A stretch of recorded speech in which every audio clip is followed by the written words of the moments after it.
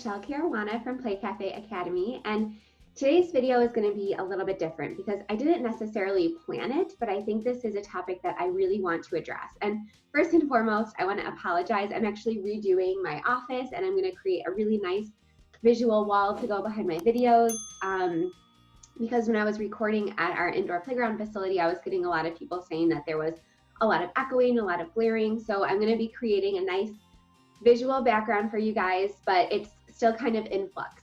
So I apologize in advance. Again, I didn't really plan this video, but I have been getting so many questions about it, both from customers and from members inside of Playmaker Society and Play Cafe Academy, which is my group coaching program. So I wanted to definitely address it sooner rather than later. So again, this is going to be a little bit more of an informal video, but I want to talk today about how we are preparing for the coronavirus and really how we prepare for any illness like this, right? We have had flu crises in our area before that kind of caused a widespread panic, not quite on the scale of this, but as indoor playground owners, we always have to think about how we're going to handle addressing these types of widespread illnesses that especially affect our vulnerable population, so grandparents or the elderly, pregnant women, and small children and babies. So again, as indoor playground owners, we tend to serve these populations on more as a percentage than other businesses. So we get a lot of pregnant women, a lot of babies, a lot of elderly people because we do serve a lot of grandparents. So we have to take even more steps than the general business would in order to combat this and make sure that our business is still sustainable at the end of it. Because, you know, people are talking now about having to close schools for months. It's definitely a more real possibility than ever that all indoor playgrounds in the US, or at least in certain states, are going to have to close down for several months. So I wanted to talk about this. Obviously, keep looking for the information that the Center for Disease Control is putting out there. I've been following it very closely. They actually just released a list of cleaners that combat the virus. So make sure you stock up on those. And that's really the first thing that I want to suggest doing is stock up on any sanitizers, soaps, anything like that in advance. The good news is that it typically doesn't expire, or at least it doesn't expire for years. So even if you stock up and end up not using it, it's much better than running out and not having any of the hospital grade cleaners or disinfectants or anything like that you need to make sure that your facility is safe and so that you can put your customers' minds at ease. So even though as of right now, I'm recording this on Saturday, March 7th, right now all hand sanitizers are pretty much sold out at typical public stores. So your grocery stores, your convenience stores, things like that. They have already cleared the shelves. However, I did some research and I found that most commercial suppliers, so for us, we have those sanitizing stations at our indoor playground. I found that they still have a generous stock. They might have limited the amount that you can order. However, I would recommend ordering the maximum that you can, because again, the more information that comes out about this, the more it seems like it's going to be a long-term issue, especially again for indoor playground owners. So again, even if you stock up with too much and it ends up being, not as big of a deal as people think it might be, it's much better to have more on hand than less, especially as a business owner, because it could directly affect the success of your business and therefore your livelihood. So stock up on anything that you think you might need, paper towels, soaps, sanitizers, your spray disinfectants, any disinfecting solutions, dishwasher disinfectants, disinfecting wipes, anything that you use in your facility to clean, I would definitely recommend doing. And another thing that I would recommend doing is scheduling a deep cleaning as soon as possible. And I recommend this for a couple different reasons. The first reason is that in the coming months, these types of cleaning services, especially commercial cleaning services, are going to be booked up for months and months in advance. So getting on their calendar as soon as possible will guarantee that your facility is going to be able to get cleaned. And of course, you want to make sure that your facility is as clean as possible. They really get into all the nooks and crannies. We, a couple times a year, actually have our carpets steam cleaned and sanitized. And something that I learned from another business in Ohio, I'll link to them in the description of the video, they use what's called an antimicrobial coating. So it's called MicroShield, and it's a company that will actually come spray your entire facility. And I think this is such a great idea. The owner's name is John Green, and he is just I always follow him for his cleaning tips because he has a very, very large facility, much larger than ours. So learning from his cleaning tips and things like that and how he stays on top of it as a large business really helps me as a smaller footprint business owner. It helps me be innovative and it helps me stay ahead of the curve. So for the last 3 years, he has had a MicroShield company come, and what they do is they close, I think, for like a day, and they spray this antimicrobial coating. And basically what it does is it bonds to all of your equipment, your soft surfaces, really everything in your entire facility, the walls, the carpets, the climbing structures, things like that. And it actually actively fights viruses and bacteria on a continual basis for up to a year. So this is not just a typical deep cleaning where it's, more cleaning what's already there. It's actually preventative as well. So it actually prevents any sort of bacteria or virus buildup on any of your equipment. So I would research to see what kind of options like this are in your area. What I love that they do is they actually take a lot of pictures of the service being done. They take a lot of videos, and again, I'll link to their website in the description of this video. But that is another reason that I recommend doing a deep cleaning or some sort of professional cleaning treatment as soon as possible, because not only is it great to make sure your facility is extra clean and as safe as possible, but it also, again, puts customers' minds at ease that, okay, you're thinking about it and you're doing everything in your power to make sure that they are safe and they are protected when they enter your space. Now, of course, with any indoor playground or really any public space, there's always going to be risk for, contracting illnesses. And there's only so much that we can do to prevent that.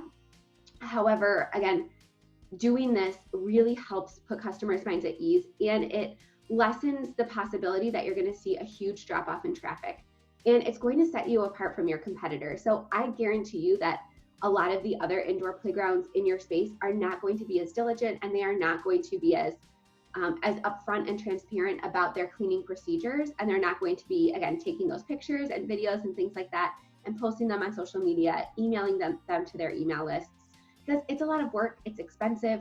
But again, we're being as preventative as possible as business owners, because basically what the Center for Disease Control has been saying, especially in the last 24 hours, is there's a very real possibility that schools are going to have to close.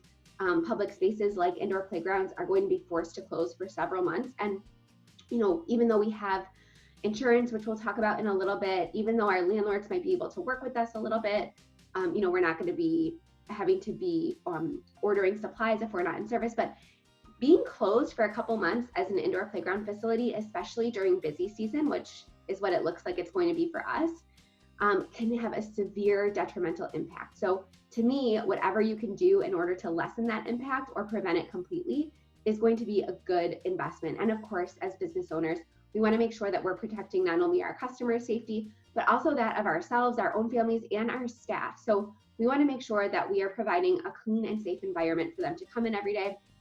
And speaking of staff, what I would do as well is I would review all of your cleaning procedures with them as soon as possible and make sure that they're documented. So in the spirit of sharing, I also think that you should let customers in on these cleaning procedures.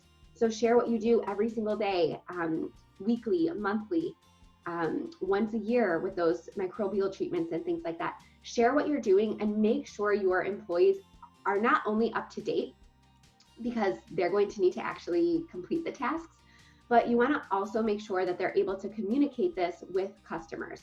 So if a customer calls or comes in and says, how are you protecting us from the coronavirus? How are you protecting us from the flu? Or, any other illnesses that they could possibly contract at your facility, you want to make sure that they know exactly how to explain to them how you're keeping customers safe. So if you're doing a deep clean or if you're doing something while you're closed, don't keep it to yourself. Make sure your employees are aware of what's going on, not only for their own personal safety, but also so they can communicate that with customers. And just doing a review of cleaning procedures is generally a good idea anyways. What we do is we have an opening task list, a mid-shift task list, a closing task list, and a deep cleaning task list. And we actually have employees initial next to each task as it gets done and date it. So not only are our employees completely aware of what they need to be doing and when, and they know how to communicate that to our customers, but there's also accountability. So they're actually signing their name next to the task. So that if it turns out that something didn't get done or didn't get done to, our particular standards, we can go back and have a conversation with whoever checked that task, so that we can make sure that, again, we're being as stringent as possible when it comes to cleaning procedures, and that we know how to communicate that with customers. Something that we did recently is, and before this even happened, was we created a video showing our cleaning procedures, talking about them, and we put it on our website, and now it's available for us to kind of give to customers. So we don't necessarily have to go through an entire long script every single time somebody asks. We can kind of give them an overview and then send them to the video for more information. And again, I think that Cafe Au Play in Ohio does an amazing job of documenting their cleaning procedures and then sharing them with customers and making them widely available online, and also emailing it to their email list so that customers and employees alike are completely in the loop. And I just want to read something quickly from the Center for Disease Control that they published yesterday. So again, it's not only about keeping your customers safe and preparing for a decrease in numbers. It's actually a very, again, real possibility that not only that you're going to see a decrease in traffic, but you might also see a large increase in employees taking days off. So we're going to talk about that in a second, but I want to first read this from the Center for Disease Control, right from the source that I got it from.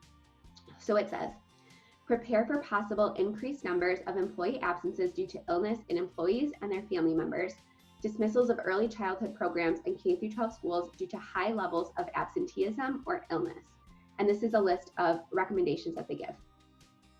Employers should plan to monitor and respond to absenteeism in the workplace and implement plans to continue your essential business.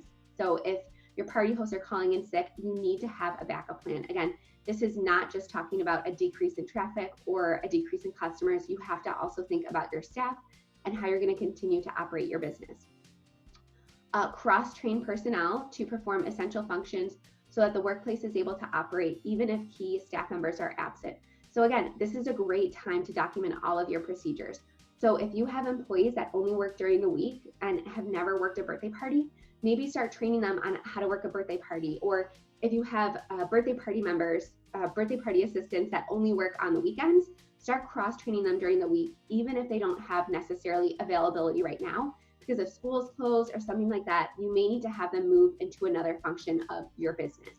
And again, this is all assuming that indoor playgrounds don't have to completely shut down. But again, as a business owner, it's up to us, and it's of my belief that we should be prepared for any scenario. And not to go on too much of a tangent here, but a lot of people are saying, this is completely blown out of proportion. Everybody is, spreading propaganda and everybody is way too scared. But that's, a personal issue maybe. For business owners, we absolutely have to take this seriously, because even if the virus isn't going to spread as much as the Center for Disease Control or as much as the government thinks it's going to, it doesn't lessen the fact that people are going to be scared and people are going to stop frequenting businesses that are, again, pose a risk of infection, which indoor playgrounds are definitely going to be one of the first places that people stop going if there is a widespread panic across the US, which is already starting. So regardless of your personal feelings of whether or not you could actually become infected with the coronavirus,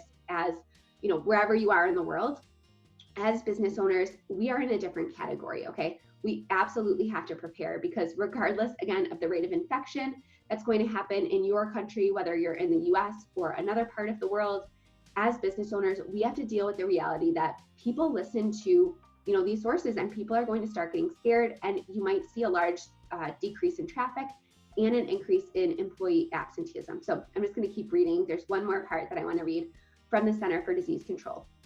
So it says, assess your essential functions and the reliance that others and the community have on your services or products. Be prepared to change your initial business practices if needed to maintain critical operations. So, for example, identify alternate suppliers, prioritize customers, or temporarily suspend some of your operations if needed. So again, there could be a situation where we might have to shut down for open play, but still do birthday parties.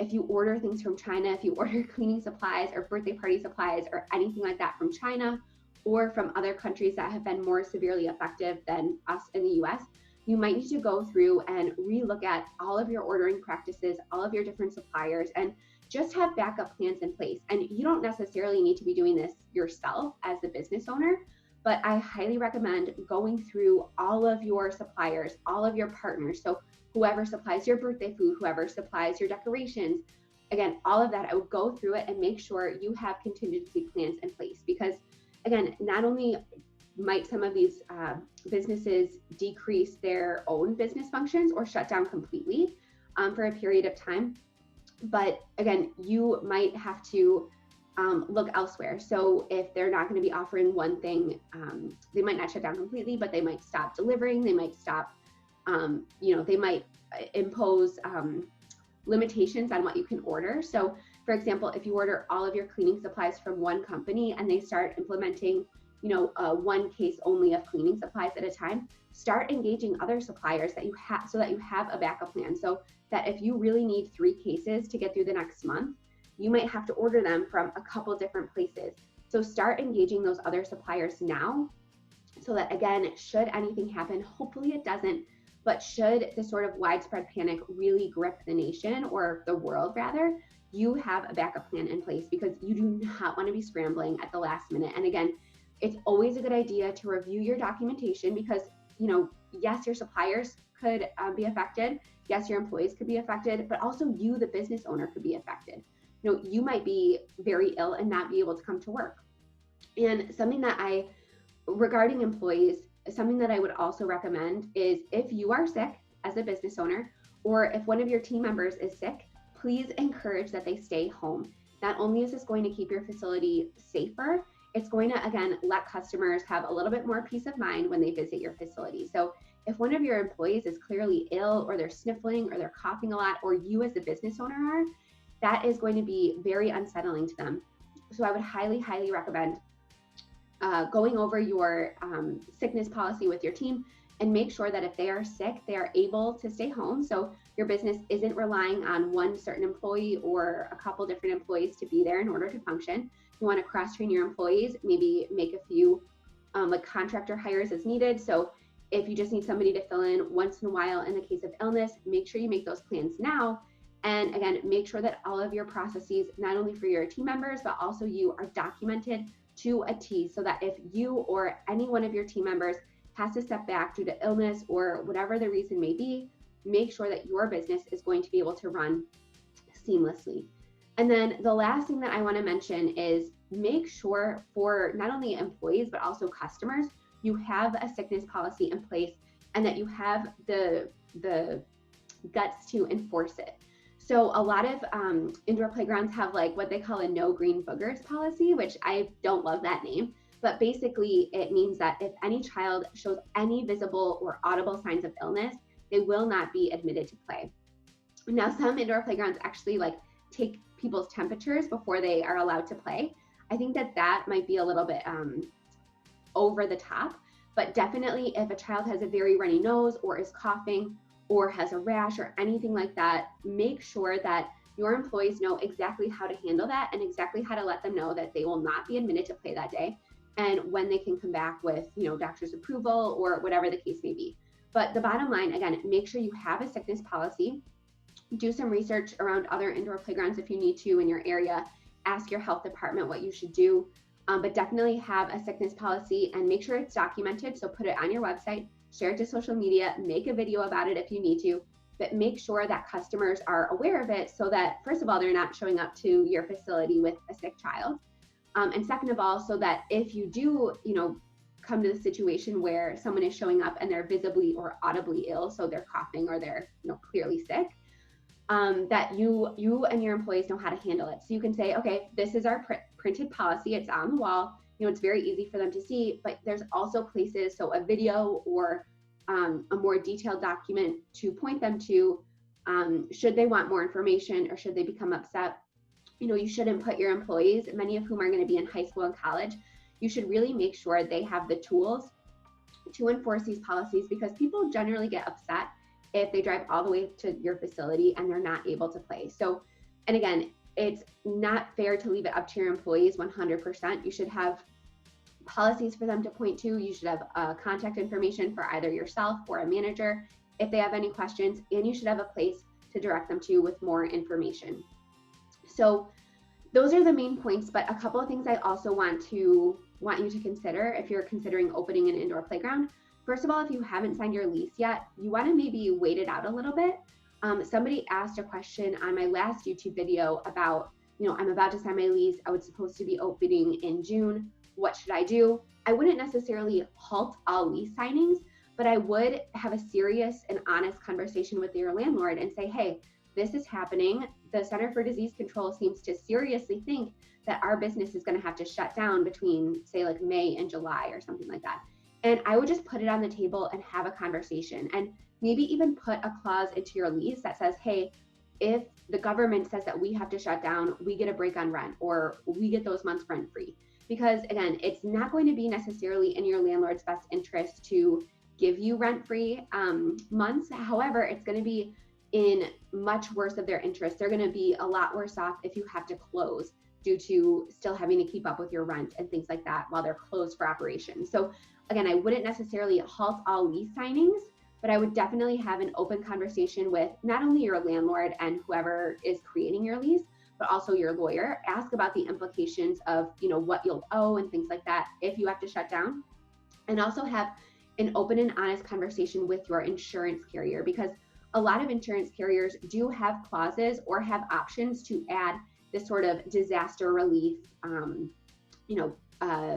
There are clauses, and there's one actually in ours that says, if there is an epidemic and the government declares like a state of emergency, there is insurance for that. So make sure if you are opening amidst this sort of epidemic and crisis, make sure that, again, you're planning ahead, you're planning for the worst case scenario, and you're talking about this before you sign a policy. Or if you already have a policy, make sure you get on the phone and ask them what your coverage is, if you can add any, and just say, what happens if I have to shut down for 3 months? Just visit those worst case scenarios. It seems scary and it seems like overkill again, and I'm not trying to fear monger or spread panic, but as business owners, this is our livelihood, and we have to really think about, not only the rate of infection and keeping ourselves and our families and our customers safe, but we also have to just understand that people get scared, and regardless of the real possibility of them getting infected, they will stop. People in the US, people in other countries are going to stop frequenting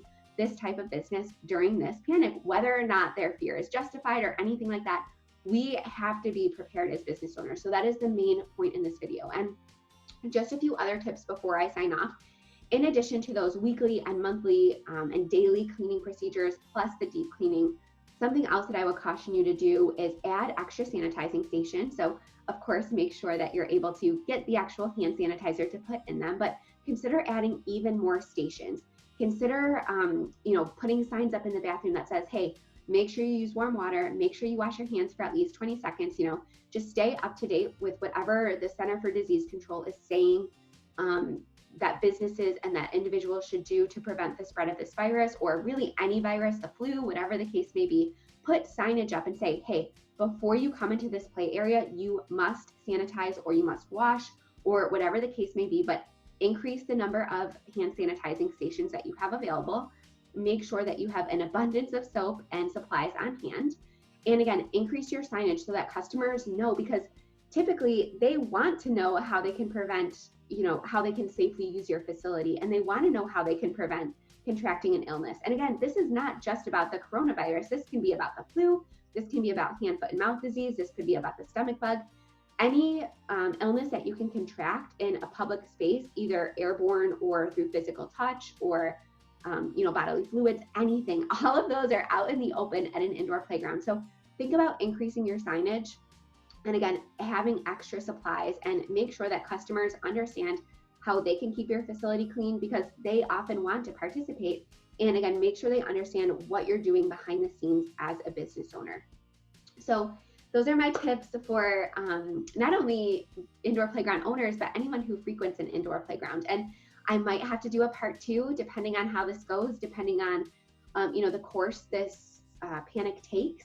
So I definitely plan on keeping you guys updated, but that is what we are doing. And again, thank you so much, John from Cafe Au Play. I follow his cleaning practices very closely because, again, I think he is an absolute pioneer, but he has to be, again, because he has a very large facility. And I just really admire his passion and his dedication to keeping his customers and his employees safe. So thank you very much for sharing your cleaning procedures with me. Again, I will link to his website in the description of this video. But if you have any questions whatsoever, definitely let me know.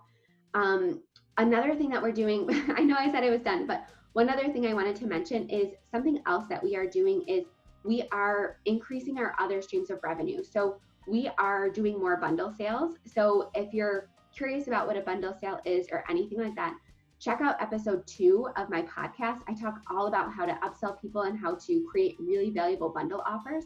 But that is what we're doing a lot of right now, because these play passes that we're selling in these bundles, so we're bundling like class passes and coffee mugs and things like that. We're bundling all of these things together, but we're making a really valuable offer. And the key is that it's going to be available for customers to use throughout an entire year. So they can kind of, hopefully assume that this is going to blow over within a couple months. Hopefully, again, I might have to do an update, but we're not only doing these bundle sales to kind of prepare and make sure that we have enough capital on hand to, get through if we have to close for a couple months, but we're also looking at expanding our retail sales or adding mobile ordering to our cafe so people can text in orders. And thank you, Aluvi, the point of sale system that we are switching to, because they're really working on making this happen.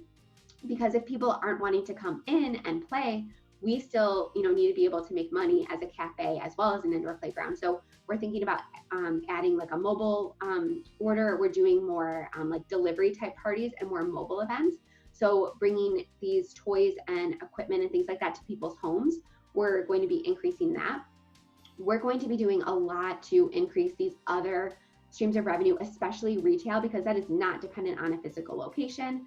And people can feel confident that the toys that they're getting, again, look at your suppliers, see if they're from China, see if they're still, operating, things like that. But again, make sure that you have other streams of revenue in place other than open play, other than anything at your physical location, so that should you need to shut down for a couple months, you're still able to pay your bills, you're still able to get through it, you're still able to, again, make sure that your employees are getting the hours that they need. So that is, something that I might even do a separate video on. So if you guys have any questions, if you guys want to hear more about the additional revenue streams that we're putting into place to combat this crisis and potential decrease in traffic, please comment and let me know.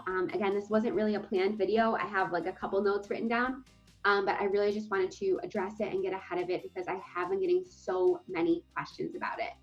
So I hope you found this video helpful. Again, if you have any questions, comment, and I'd either be happy to answer them in the comments, or I'll just create another video if you guys need more information like this. Have a great day. Stay healthy.